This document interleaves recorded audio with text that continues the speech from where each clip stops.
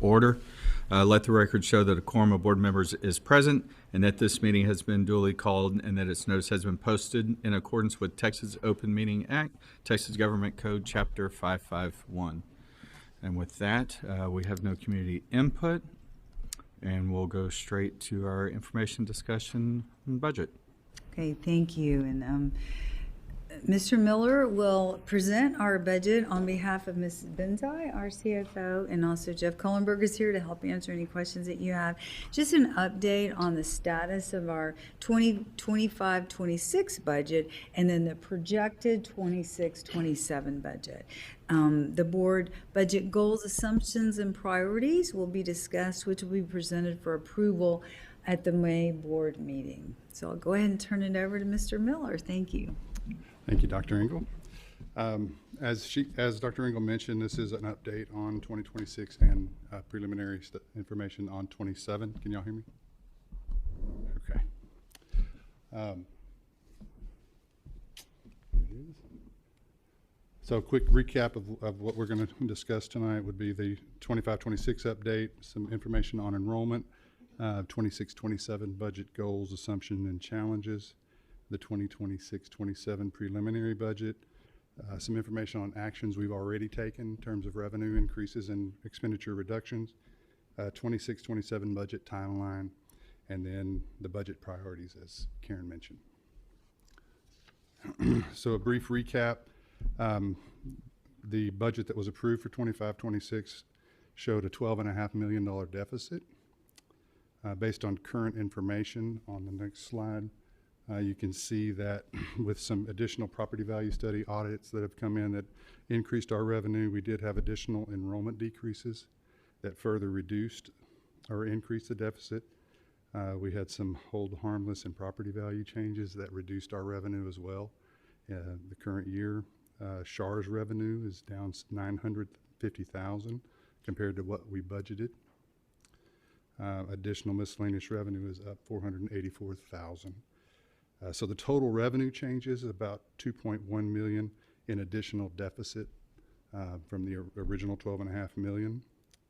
But we do expect to come in under budget on our expenditures, primarily with payroll of about $6.5 million. So we're anticipating about a $8,151,000 deficit when we finish the year out. Which is good news. It's $4 million less than what we had projected originally when we budgeted it. So some information on property value audits. The 2021 and 2023 audits are the $8.6 million we received in the current year. And so you can see every year there's a property value audit. The 2024 is still to be determined, so we won't know that information in time for the budget. Excuse me.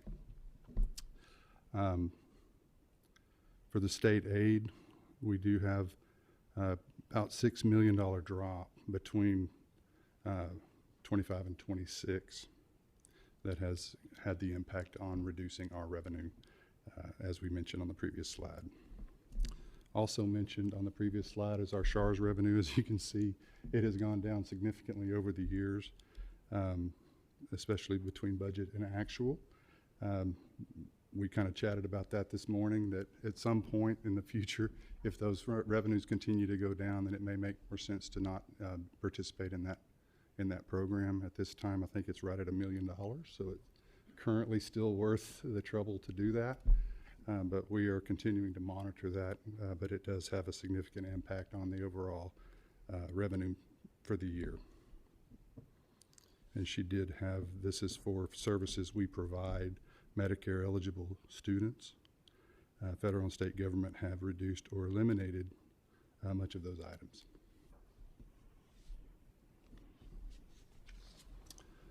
Just a recap of fund balance. At this time, we do have 2.7 months worth of fund balance. So we have $97.3 million in unassigned.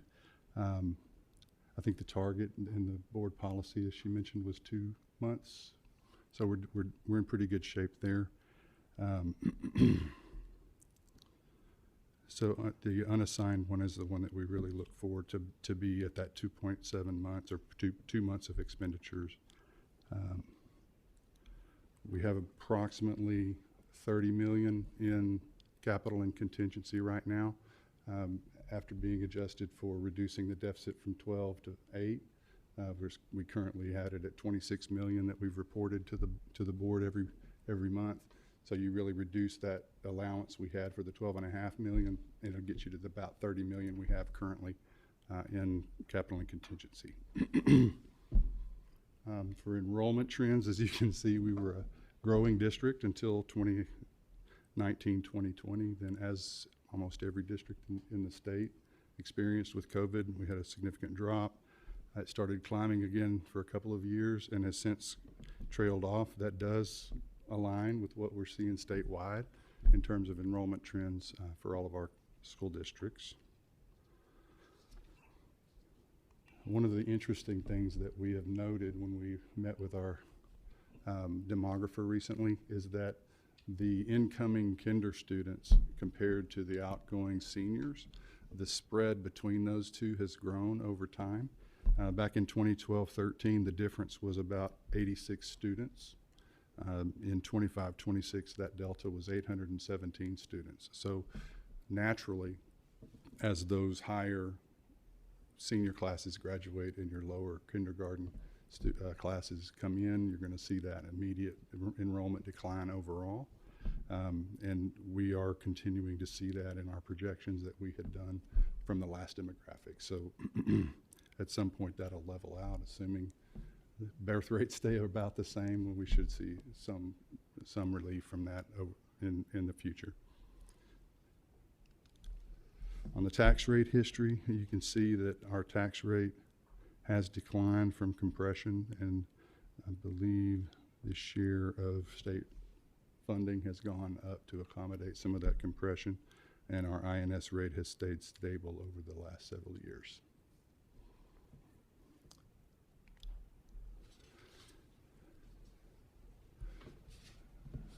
I can't read either one of those. So for goals, challenges, and assumptions, the budget goals, the 26-27 will further CCISD's mission and strategic plan with financial integrity, maximizing benefits from available resources.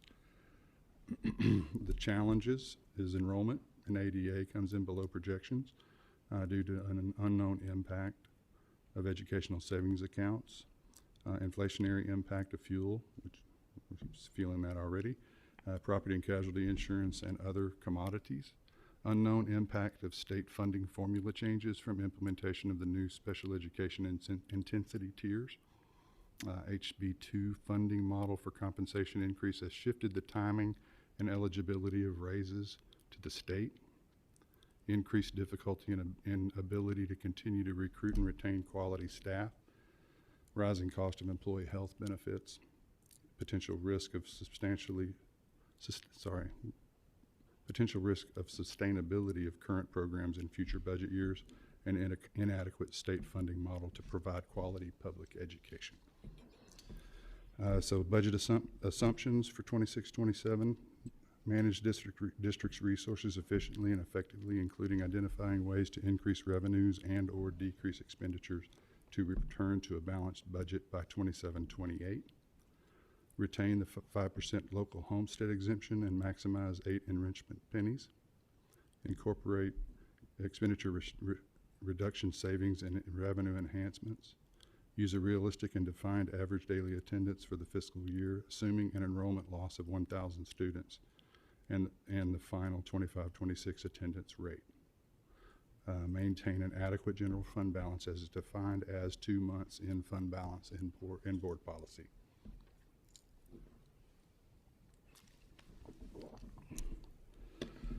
So for 2026-27, our budget revenues, we're starting with the current 25-26 revenue of $414,648,908. We reduced that by the local property tax revenue increase. Increase that by the $6.5 million property value increase, but then turn around and reduce it for the $6.5 million for projected enrollment decline and a $6 million in property value increase. So basically, property values go up, state fundings go down. So The net effect is that is a reduction in our revenue from the current year of around $6 million. We do expect a $5 million property value audit number this year, which is a reduction of $3.5 million from what we had in 26 school year. And then interest revenue reduction and other reductions of $595,000.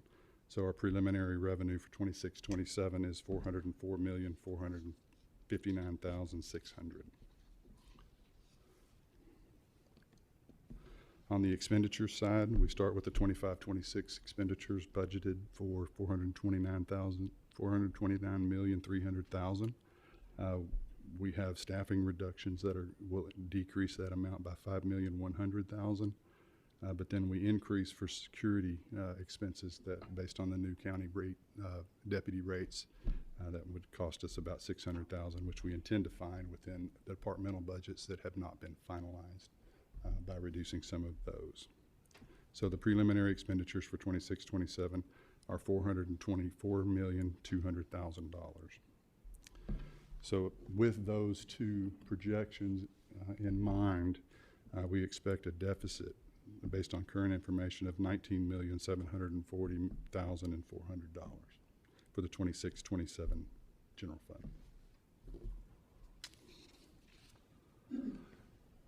So a brief recap of all of the efforts we have had over the last few years to increase revenue, including the successful Vader in 2023 that generated $18 million annually in revenue. Focused efforts to expand enrollment, including specialized school models at intermediate, expanded open enrollment policy, targeted marketing, additional virtual audit, virtual option this current year, and expanding pre-K tuition-based program and modified early childhood for SPED program to generate full-day funding.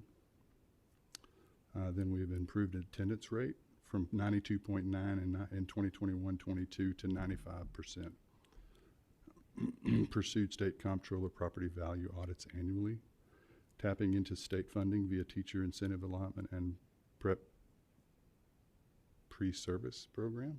I had to read that a couple of times, sorry.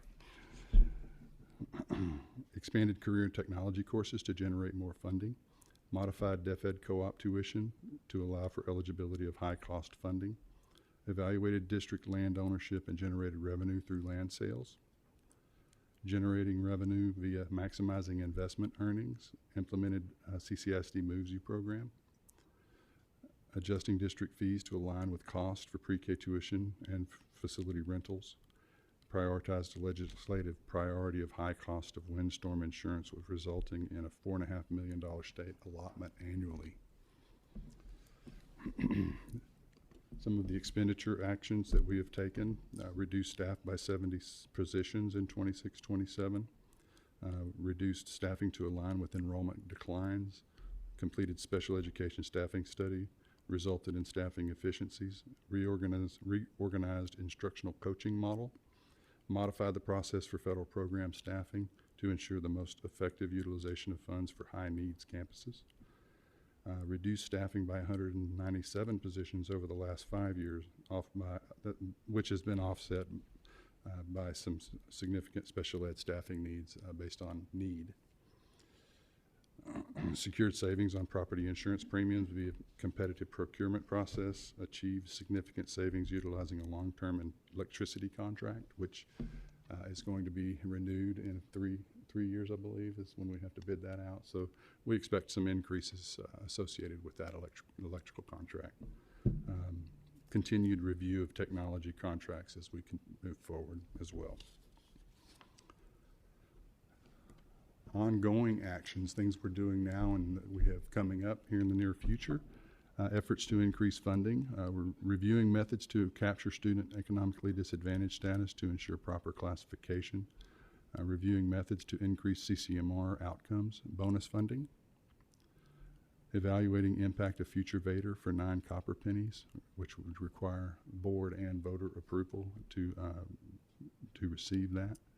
Evaluating the impact of elimination of the 5% local option homestead exemption. which requires legislative and board approval, and it's not available until 2028. Efforts to reduce expenditures, reviewing staffing ratios, reviewing course offerings and class sizes, reviewing employee contract days and calendars for efficiencies, reviewing substitute utilization, implementing zero-based budgeting on certain department budgets, and contracted with new demographer to provide long-term demographic trends, and in evaluating facility utilization. So she also has down here created the Clear Creek ISD strategic budget team to conduct a comprehensive and forward-thinking review of the district's financial landscape, develop and prioritize a set of recommendations to ensure financial stability and guard the strategic intent of Vision 2030, which is a significant one that's coming up here in the next month. For the strategic budget strategic budget team, we have established some priorities that you see up there on the screen. Identify areas to reduce expenditures, maximize the use of existing district facilities, and consider alternative uses or consolidation of underutilized spaces and buildings. Evaluate the need to increase revenues through property tax rate that may require board and voter approval. Analyze student enrollment trends and projections of special populations and prioritize resources to support those trends. Prioritize and protect resources in support of increased student achievement and the Vision 2030 plans. Utilize data when analyzing benefit versus risk of recommendation, and refrain from using the district's reserve funds to balance the budget. Okay. So the budget timeline for the 26-27, we had provided initial projections back in December, preliminary property values in April. We did the budget workshop. So later this month, we approved the budget priorities. Campus and department budgets will be finalized as part of that later this month. The strategic budget team will be in June, and we're working towards approving an auditor for an efficiency audit if necessary, which is required part of a Vader election for the fall. So if that's something that the committee recommends, then we would proceed with that. Compensation and benefits plan approval would be in July of 26. We expect the demographer's report in July and a presentation to the board. We receive certified property values in July as well. And then the public hearing, budget and tax rate, and budget adoption is in August. Okay. So the last slide is budget priorities. Just something that you'll be approved by you guys at the August meeting. So we wanted to recap that here. Provide optimal and targeted levels of funding and staffing for improved student achievement to meet the goals identified within the strategic plan. Administer competitive salaries, stipends, and benefits for all employees. Continue to sufficiently fund the Safe and Secure Schools program, including student support and counseling services. Maximize state revenues through continuation of district initiatives that promote student attendance. Implement initiatives to provide enrollment growth opportunities. Leverage excess reserves in existing funds for financial support to meet current budget challenges. Review efficiencies in programs and human capital to achieve cost savings. Explore facility utilization efficiencies, and incorporate recommendations generated from the superintendent's strategic budget team. I believe that was the last slide. And she left me her big pink binder in case there was any questions. Hopefully I can find it if you have any. Jeff's here to help too. So. Yeah, the team's here. Thank you, Paul. Appreciate you. Thanks for the presentation.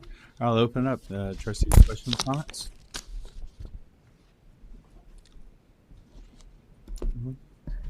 Jeff, what would reducing the homestead exemption, what would we expect to see if we did that? I don't know if I know the number.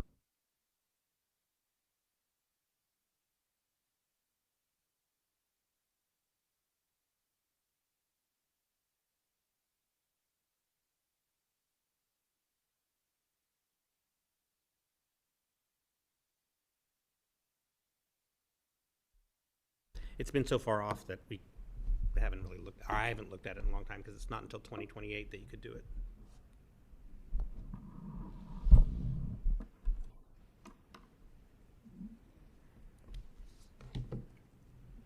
Go ahead. Thanks, Paul. Thanks for sharing this information on slide 6, where it talks about SHARs and it shows the trend since, I think it was 21, 22. Could we, maybe in an upcoming Friday packet, or if you all know off the top of your head, what that trend looked like prior to? I guess the assumption that I'm making is that we would have seen spikes associated with some of those funds that may have been providing assistance to us during pandemic, but I don't know that. And I'm just wondering what it looked like, what the 3 years or 4 years prior to 21, 22 look like. We can definitely provide that information. I have a spreadsheet on it, actually, I can pull up, but it over the years since inception, it did go up, and then it peaked, and then they started changing the rules of what things you could claim on, what things were eligible. They changed. There was that lawsuit that was there that took 2 or 3 years to settle, where it affected the reimbursement rate, and unfortunately, school districts lost, so we've lost money there. Mm-hmm. But it had grown significantly over the years. Let's see. Okay. And so based on those changes, do we know, I know Paul mentioned that if it stayed around $1 million, at least based on what it is today, that we would continue. What our threshold is, where we would have to provide consideration whether we would continue, and then ultimately what would the impact be based on what we are implementing today? Well, I'm not sure if where we decide the break-even point is, but there are several staff that are dedicated to doing this, or spending significant amounts of time doing it. Mm-hmm. So it does impact a lot of employees across the district in time, and full-time positions. So some staff would have freed up time, and few positions might go away completely. I guess, what's the magic number? You say it's at 200,000, you quit doing it. But we have gone to conferences and heard other districts that have stopped doing it because of the complexity, and it just wasn't worth the funds anymore. Mm-hmm. The impact to students that are receiving the benefits of services, what does that look like? I wouldn't foresee that would change, because it's just it's reimbursing us for things that we're already doing. So I don't think you could quit doing those things legally. So we'd still be doing them, just we'd lose, in this case, $900,000. The reimbursement or the cost offset that we would otherwise get. Okay. On the intensity tiers, special education intensity tiers, do we have, Dr. Engel, a forecast of what we think, even if we were to look at what our population is today, and based on the tiers and the funding that's anticipated or expected, do we have a ballpark of what we think that's going to look like, whether it's more or the same? We really don't, and they haven't finalized all the rules yet. We were just talking about that this morning too. So really, it's not finalized. My last call, the commissioner was talking, it's hold harmless for next year, so we would not lose any money.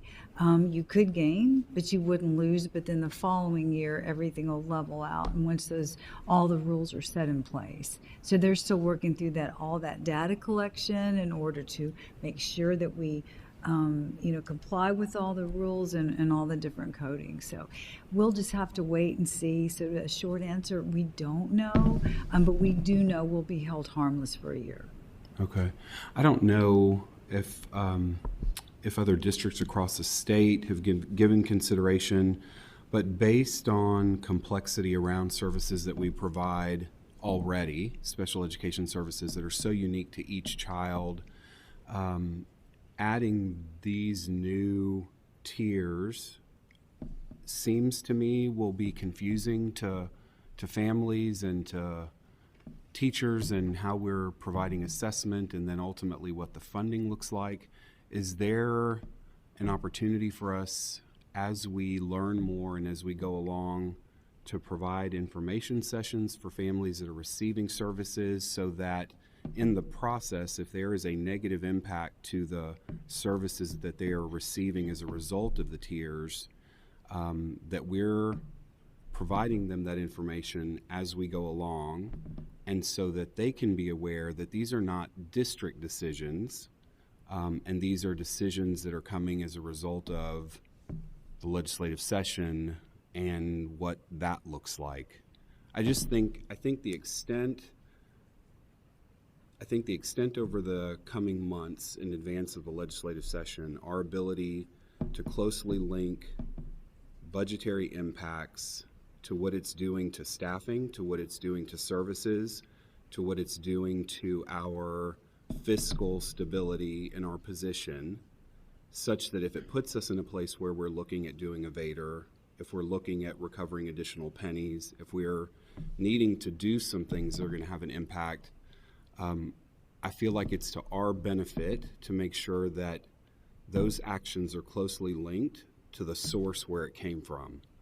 And I don't believe as a district we've been operating, making decisions because we feel like doing things. We're doing it because the data is driving it, and that data is closely aligned with what the legislature has chosen to do. And so I feel like the sooner we start giving credit to them based on what they have chosen to do and what they've prioritized, I think the better off our community will be, and they can make decisions when they go to the ballot, so that we don't find ourselves in a position where we're losing credit and credibility and support from our community, so they understand we're doing everything we can possibly do given the constraints we're in. I think it's a conversation and a narrative that's going to have to look different. And I think the sooner that we provide that information, the better off we'll be, because otherwise it will look like we're just making decisions out of haste. And I know that's not the case. I know we've been doing tough stuff for a long time. And I just feel like we're in a position where we need to start crafting exactly what's happening and associating it with decisions that have happened in Austin. Yeah, and I can say too that, say with special education, any service that the student needs, we'll provide that. I mean, we will provide what that child needs. So with that said, if that funding equates to that, we'll continue to see where that leads us. But we are definitely keeping close track on that. So we will. Yeah. Thank you. I think about in teacher pay increases that the state addresses that puts limitations around who is eligible, and we do the right thing and we do something for all.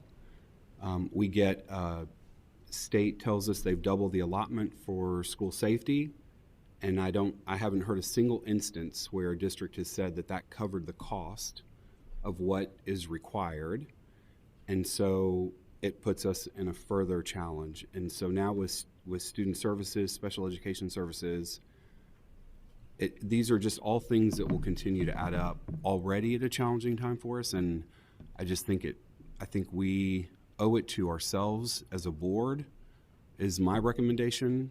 And I think we owe it to the community so that they understand that these are difficult decisions that we are being put in a position to implement that are further disconnected. And then the average daily allotment, which has been broken.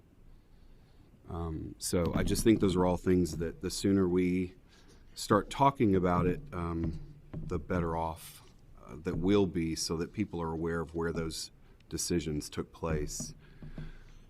The 8 enrichment pennies, do we know, can you remind me how much that would generate if we moved forward with that? I think the net part that we would keep is around 20 million. 20 million? Yeah, but that's after, it would throw us into recapture, and so some of it goes back to state, but we'd retain between 19 and 20 million. That's a significant amount, given the position that we're in. So Yes. Yep. What's the threshold for recapture? Oh, I couldn't quote that off the top of my head without looking. Okay.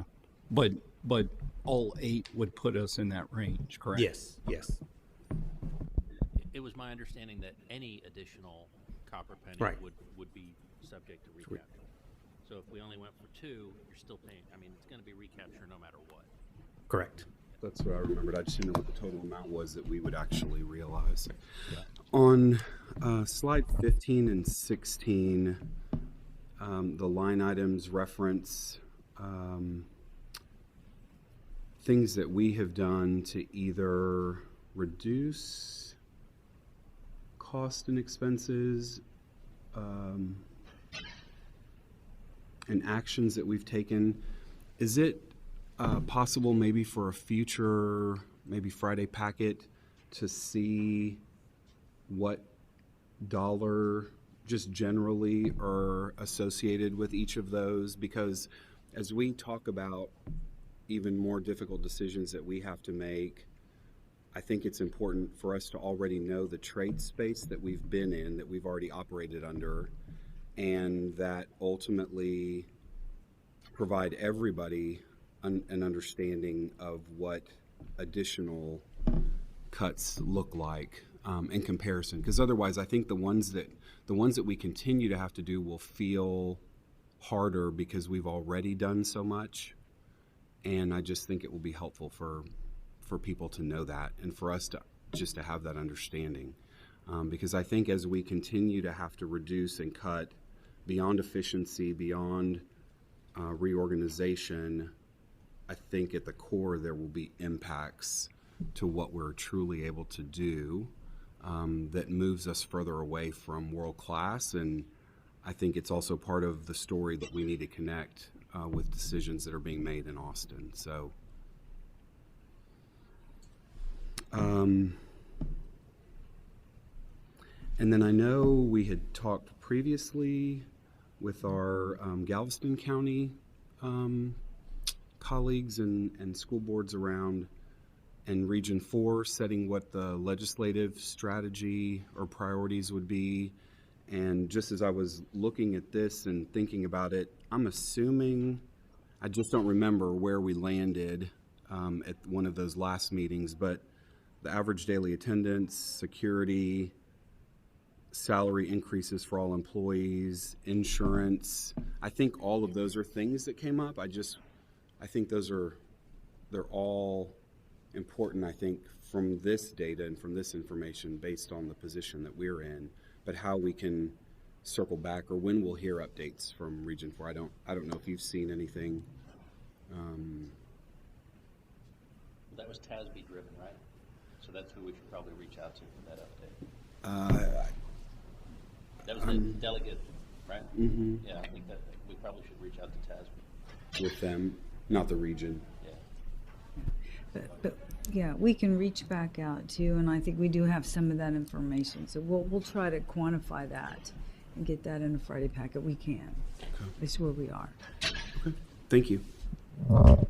Then back to your question on SHARs, the 3 years before that, it had been around between 5 and 5.5 million in revenue, and then it did peak in 21, 22, the first year on this chart, around 7.5 million, and then started dropping drastically the last couple years.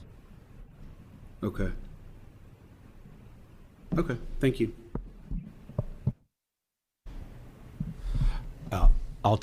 For Trustee Sanchez, your comments about the consortium, we always go through that process leading up to a legislative session, but the good thing is for us to be having these conversations now, especially as the budget's being presented and some forecasting. We still have the utilization that we'll talk about for facilities, but we'll have the audit, so we'll look at some growth and things. But us being the largest district in Galveston County, we tend to be the driver of the conversation. And so those big ticket items that you're bringing up are things that, we're into May now.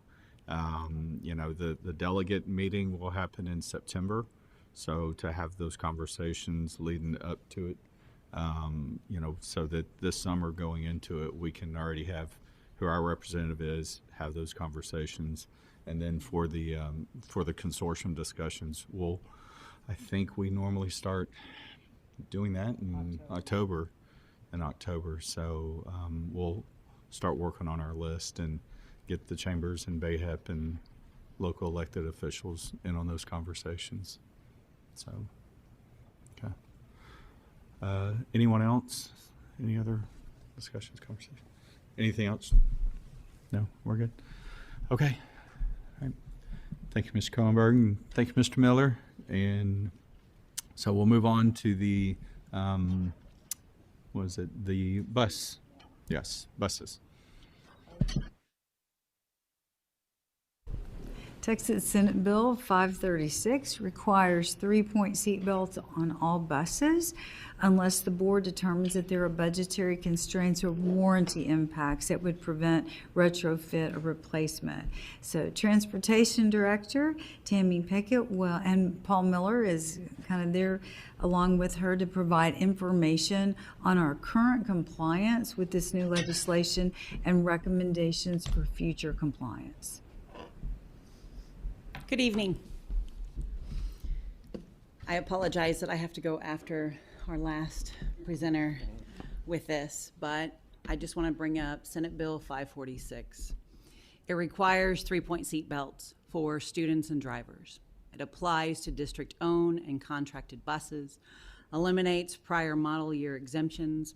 District unable to comply must publicly present fleet data and cost estimates reports to TEA by the end of the school year, which is, the date is May 29th, 2026. Full statewide compliance deadline is September 1st, 2029. This actually goes over what the Texas Code 547.701. It states the bus operated by or contracted for use by a school district if the Board of Trustees for the school district determines that the district's budget does not permit the district to purchase a bus that is equipped with seat belts required by this subsection, or a bus for which the warranty would become void if the bus were equipped to comply with this subsection. It goes on to state on how you should submit the information to TEA.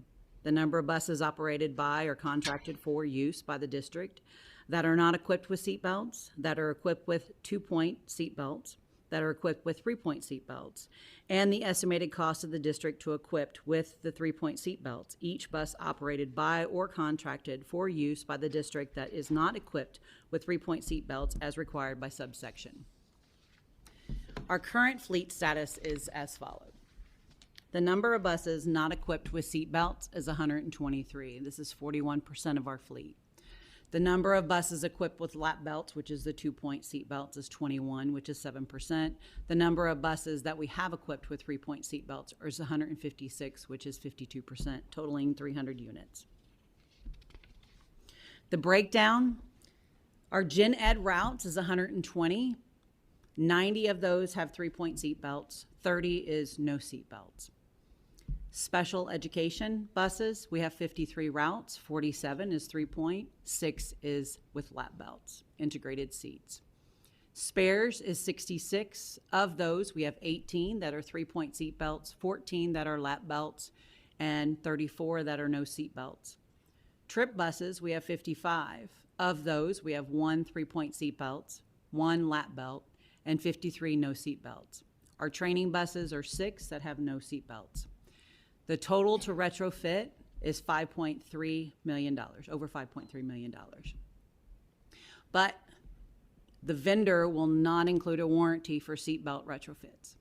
They will not take responsibility or for seat or seat belts failure in a collision. Bus manufacturers will not accept responsibility for any consequences because bus has been modified. It was not spec'd.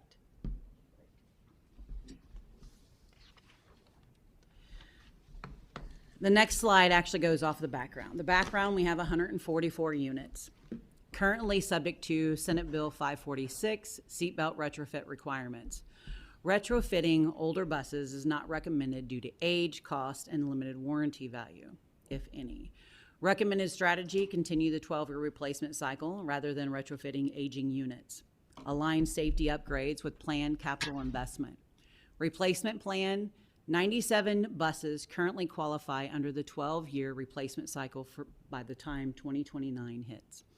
Phase 1 begins May, ordering 30 buses. Planned outcomes, remaining 67 buses in the 12-year cycle scheduled for a full replacement by 2029. If all 67 buses are replaced by 2029, the district will have 47 remaining buses without 3-point seat belts in the year 2029. What that timeline looks like: 2027, 30 buses, 2028, 36, 2029, 31, 2038, 2031, 20, and 2032, 19.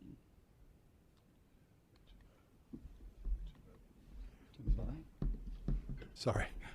On the 2027, that 30 bus purchase is something that's coming to the board in May for approval of funding out of Bonds 23 to order those buses. So we're already starting our planned bus purchase that would reduce that number from 144 to 114.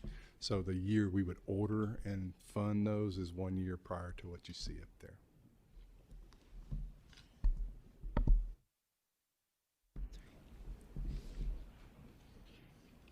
The Senate Bill 546, if we were to go to the 3-point seat belt requirement retrofit, the timeline would be as follows. The 2025-26, which we are currently doing, initial reporting, we've already identified the buses with no 3-point seat belts or no seat belts. Cost estimate finalized, present to the school board. Then we have to publicly report presentation on which way the school board will go and report it to TEA. If CCISD proceeds to retrofit, the following timeline will apply. 26-27, phased upgrades, retrofit and replace cycle, focused on high used route buses, annual progress update to board. 27-28, final transition, we'll address spares, trips, and training buses, align purchases with deadlines, confirm remaining costs, and 2028-29, full compliance, all buses equipped with 3-point seat belts, documentation complete. The Senate Bill 546 compliance requires multi-year phased implementation with full compliance by September 1st, 2029.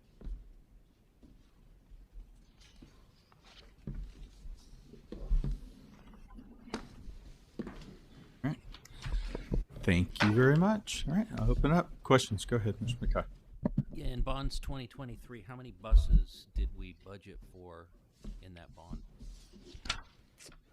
I'll have to get that to you in detail. We did have a sizable amount that we had included in the bond for bus replacements, but I would need to pull the information on the individual numbers. Okay, thank you. All right, any other questions? No. So I'll throw this softball out there. Did Senate Bill 536 offer any funding? No. Okay. Which, and I say softball because it goes back to what Trustee Sanchez was saying a little bit ago about, and Ms. Kronberg said, we do this because it's the right thing to do, even when funding isn't there. We've had conversations in the past about the terminology and definition of unfunded mandates, and there's a lot of these things that our district does just because it's the right thing to do. And so while we're having these conversations and making these lists for our legislative priorities, it is another one of those items for us to have those conversations about because, we're not going to sacrifice the quality of the education and the safety of the students. This is another safety matter that we need to make sure that we can not only comply with, but we provide to the students in the district. It just goes full circle with another thing, that, we're doing. And remind me, I remember conversations in the past, and this may have been when we were looking at the 2017 bond conversations, was if you put seatbelts on buses, it was also going to require a monitor, right? I think back then it was one of those items where if you put the seatbelts in order to make sure you're actually enforcing it, that we would have to hire someone else to be on the bus. Can anybody remind me what that was? I wasn't here in 2017, but I've been doing transportation for a while. Usually whenever you have seatbelts on a bus, to be able to do an emergency evacuation and one person have to cut out 60, 50 kids, there's no way, not in a timely manner. So and just to be real, there's no way that if something were to happen under emergency and one person, one adult on that bus would have to cut out students with one seatbelt cutter, every student on the bus. There's just no way, unfortunately. So having the additional monitor, that would actually probably be the reason why that they're stating that, or that conversation came up, because if something were to happen, unfortunately, just one person wouldn't be able to get everybody out. I I think remember that conversation back when we were doing that. We also talked about the fact that the driver is driving and the seats are very high and wouldn't be able to confirm that or monitor whether or not students are wearing their seatbelts. Students don't always follow the directives of bus driver, and so we did talk about it would make it more effective to have an individual that all they did was walk up and down to make sure students were wearing their seatbelts. And that was something I remember having a conversation back at the time as to why we didn't feel like it was the best approach. Yeah, that's what I remember the same. And I think depending on the grade level, I think we also know students are innovative in how they choose to use seatbelts, and it may not be to keep themselves buckled in, but to find ways to poke at other people on the bus and to, do other things with them. And so unfortunately, that was also part of what we had talked about. Yeah, it's one of these things of, it's with the best of intentions, but can it be done with fidelity? Right. Again, for the drivers to have that responsibility and, at every stop, if you let 2 kids on or 10 kids on, to make sure every one of them is buckled, and then for a driver to do that while everything else is going on, I think it's just another one of those, it's a priority and it's a challenge, to make sure it's done and done correctly, so, budgeting, and I'm ballparking in $1.1 million for every 30 buses to be retrofitted. That's kind of my ballpark from looking at all this. And that doesn't include a monitor, right? If we felt like that was something also. And remind me, how many buses do we have out at a time? 200? Yeah. 200 plus or minus? Yeah. So 200. And you would be putting that $1 million into a 15-year-old bus that would likely be replaced in the next few years anyway. Right. And so that investment would be immediately disposed of and salvaged. So, we feel pretty strong about not taking $5 million and putting it into and investing it into buses that we've already identified would be replaced by 2030. Right. It just seems like that money goes better to continue our process of investment, get those new buses with new engines and new air conditioners and new brakes and all the things that have the safety upgrades of a current bus versus a 15-year-old bus. So that's what the recommendation would be. And obviously our point today is to just give you the information. We do have to come back in at the regular board meeting and do the presentation to make sure that public information is provided, and then the board will determine at that point that we would either not retrofit because of budgetary constraints and warranty impact, or choose to start retrofitting buses, at which time it would trigger the 2029 timeline that you see in here.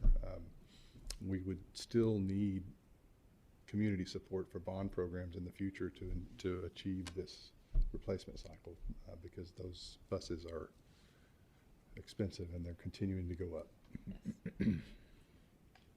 Trustee Sanchez. I appreciate all the background, and I do think the points that you made about warranties being nullified, or things that it would do even to the bus if we had issues with the seat belts or the seats should something happen, I think is not insignificant, and to make sure that that's clear when we discuss it again in a board meeting. We do, as President Cottrell mentioned, we do make decisions that prioritize student safety, but if doing that is going to nullify even larger expenses that doesn't even make sense from how long it would last before we would be replacing the entire bus or multiple buses within a fleet, I think feels more wasteful than it is accomplishing what the intent is. And I think, like everything, we put in a phased plan that allows us to stay on top of, aging infrastructure and transportation, and that seems to be a smart thing for us to look at. So, yeah, thank you for that. All right. And Yeah, for President Cottrell's comment about we already are doing, so since 2021, all of our bus purchases have been spec'd with 3-point seat belts, regardless of whether we have a monitor or not. Our bus drivers that drive those current buses do announce to put your seat belts on at the start of each trip.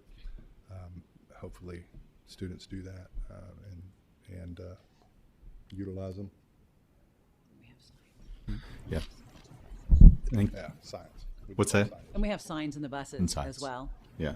They, Yeah. It's equipped, that they need to have it up. Thank you all very much for bringing this up, and obviously it's an important conversation, and doing nothing is not an option again, right? It's, we will have to do something, and we'll dive deep into the options, of course, and we appreciate all very much for spelling it all out for us. Been nice if we had some funding with that Senate bill, right?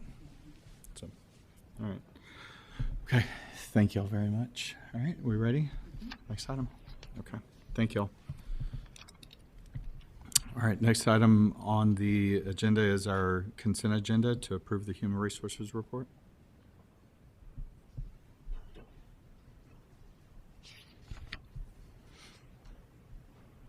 Do I have a motion? Mr. President, I move that we accept the consent agenda as presented. Thank you, Trustee Mackay. Motion on the floor. Is there any other discussion? Seeing none, all in favor, please raise your right hand. And no opposed. Thank you very much. All right, next item is approval of the renewal for our District of Innovation Plan.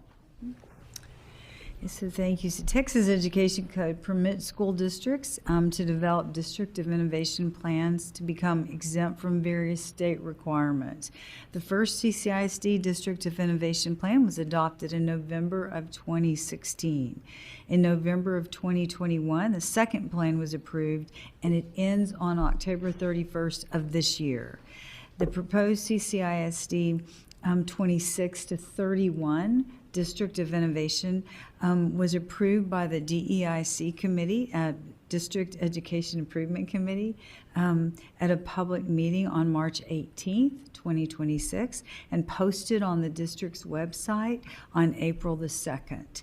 So if the new District of Innovation Plan is approved, it will remain in effect for a maximum of 5 years, and Ms. Sarah Mechanic will summarize the proposed plan for you at this time. Thank you, Dr. Engel. So just by way of background, the ability to exempt out of certain laws was created back in the 84th legislature through House Bill 1842, really with the impetus being that there was the open enrollment charter schools were afforded a lot more flexibility than school districts, and so there was advocacy for school districts to be able to be exempt from some of the same laws that charter schools are exempt from. And so CCISD took advantage of that, as Dr. Engel mentioned, with its first District of Innovation Plan that in November of 2016. And they, unless they are renewed or amended prior to 5 years, they last for 5 years. And so CCISD renewed the plan in 2021, and that expires in October of 26. But we're coming to you, or October 31st of 26. We're coming to you a little bit earlier than that because of wanting to take advantage of the ability to add 2 particular exemptions. So as Dr.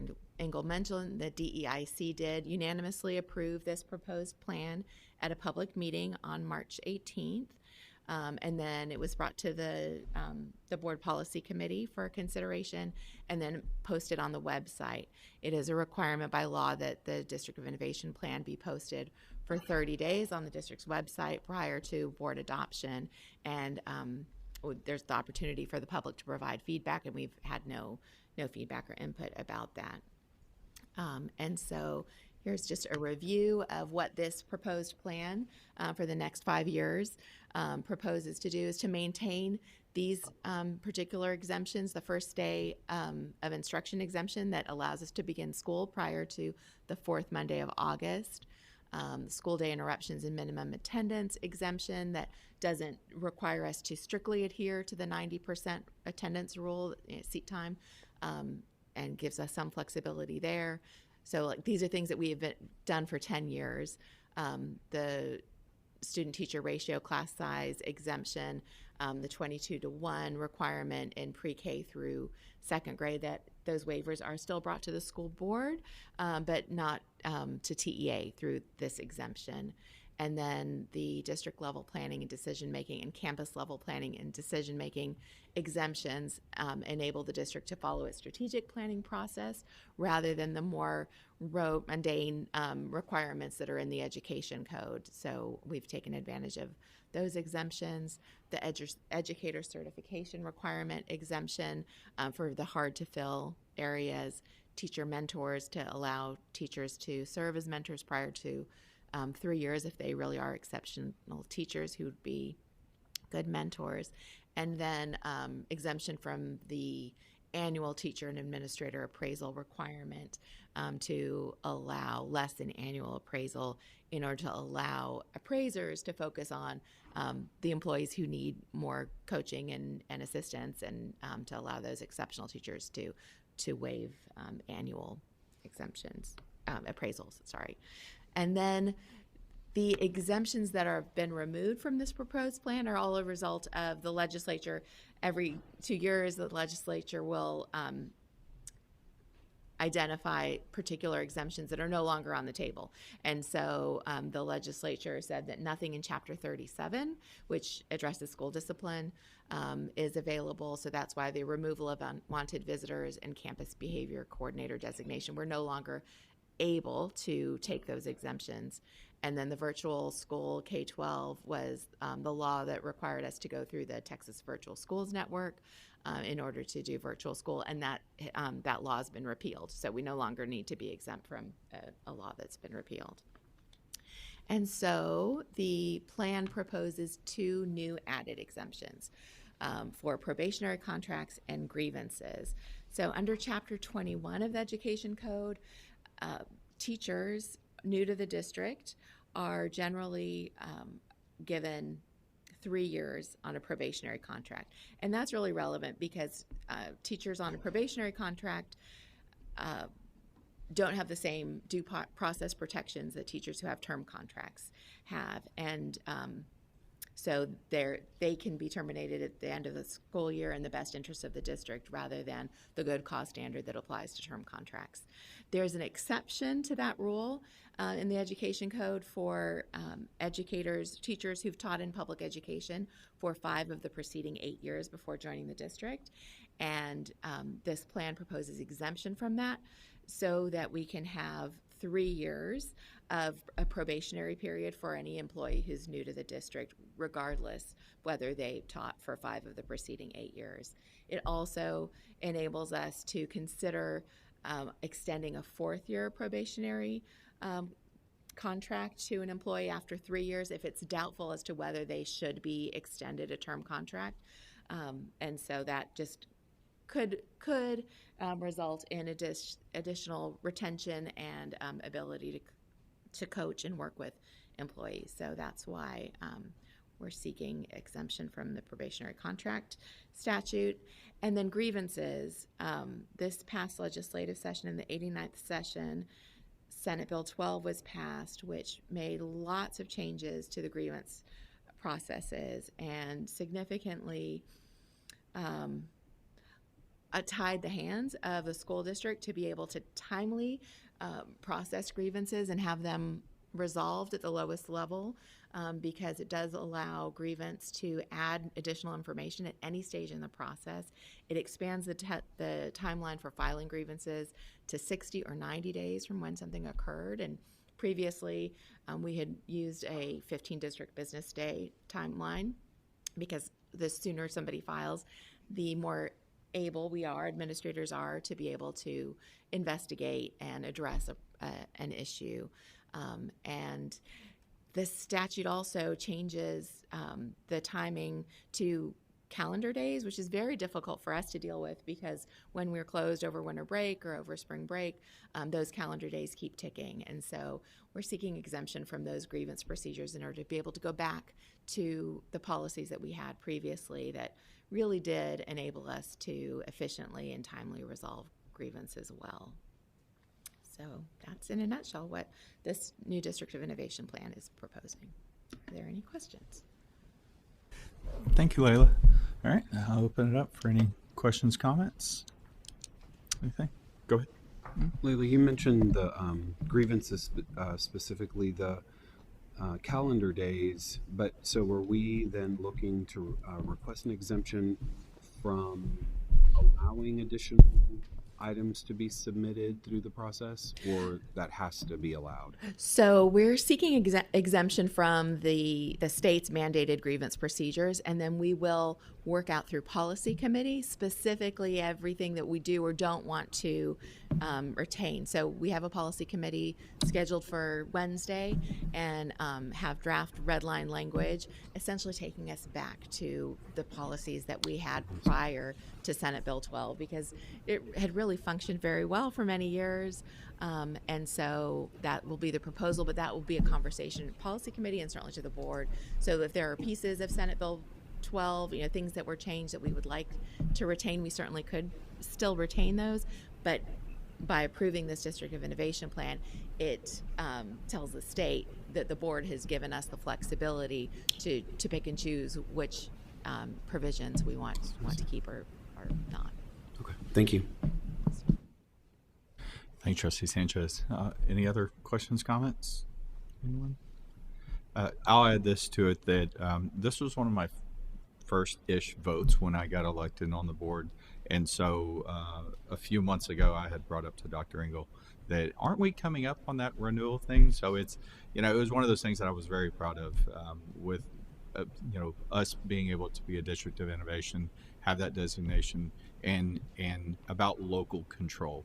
There's not a lot we can control that happens, but this gives us local control over some very important things, like the first day of school. Absolutely. That's one that's very important that we can maintain that as well. So, so I appreciate it. Thank you very much for the presentation. And I'll open it up for a motion.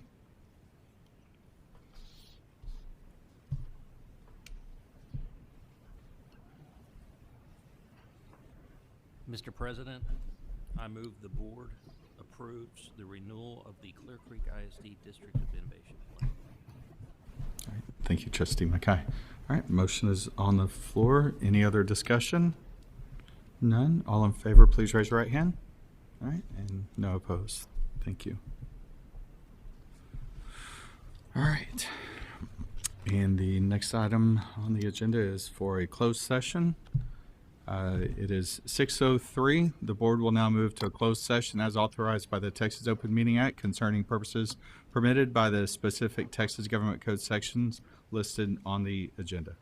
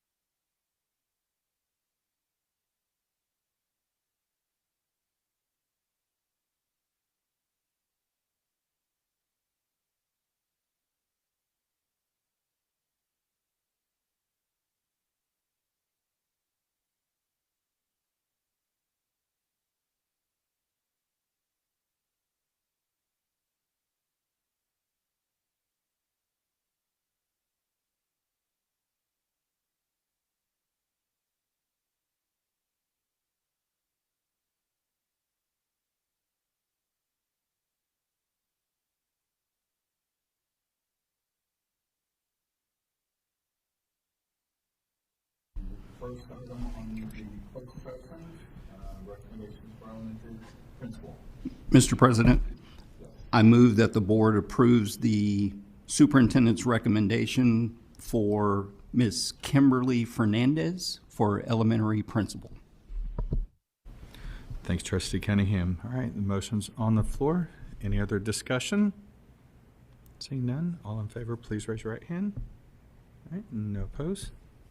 Thank you. And Ms. Fernandez will be going to Ross Elementary. We're very excited about that. She currently serves as the assistant principal at Bowerslag, and she has also served as assistant principal in Armand Bayou, and an instructional coach at Clear Lake City Elementary, and a teacher at Ward and Ed White. So she's been all across the district, and she is very excited to join the Ross Roadrunners for the upcoming school year.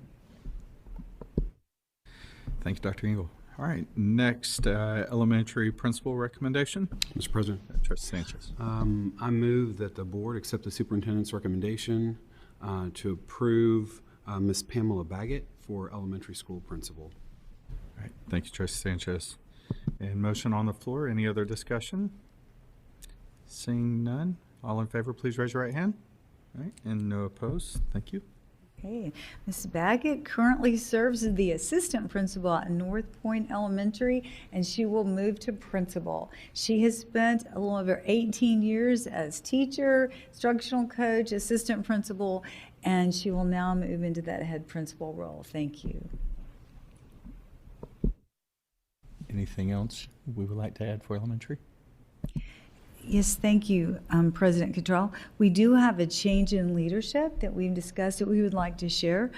We would like to announce that Whitcomb Elementary and Bay Elementary, two changes in leadership. The current principal at Bay Elementary, Ms. Jenny Toops, will be moving to Whitcomb Elementary to lead the giraffes for the 26-27 school year. And Dr. Betsy Horner, currently at Whitcomb, will be moving to Bay Elementary for the upcoming school year. And both are very excited about getting to know their new staffs as they close out the school year. Thank you. Very good. Very exciting.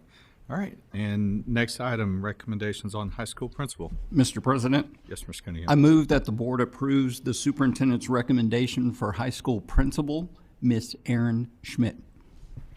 Thank you, Trustee Cunningham. And motion on the floor. Any other discussion?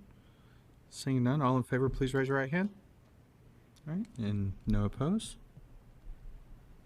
Thank you. And Ms. Smith will be moving to Clear Springs High School as the Chargers head principal. She currently serves as the principal at Creekside Intermediate, and she's been there for 4 years. In that feeder pattern, she's previously served as an assistant principal at both Creekside and Clear Springs.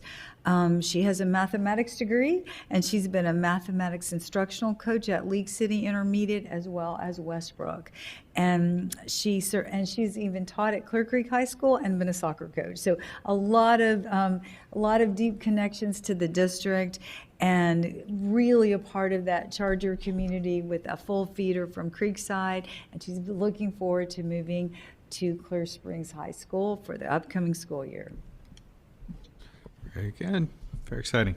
All right, and next up is a recommendation for deputy superintendent. Mr. President, Yes, Mr. Cunningham. I move that the board approves the superintendent's recommendation for Deputy Superintendent of Academic Advancement and Innovation, Dr. Michael Houston. Thanks, Trustee Cunningham. All right, motion on the floor. Any other discussion? Seeing none, all in favor, please raise your right hand. All right, any opposed? And are you abstaining? I'm abstaining.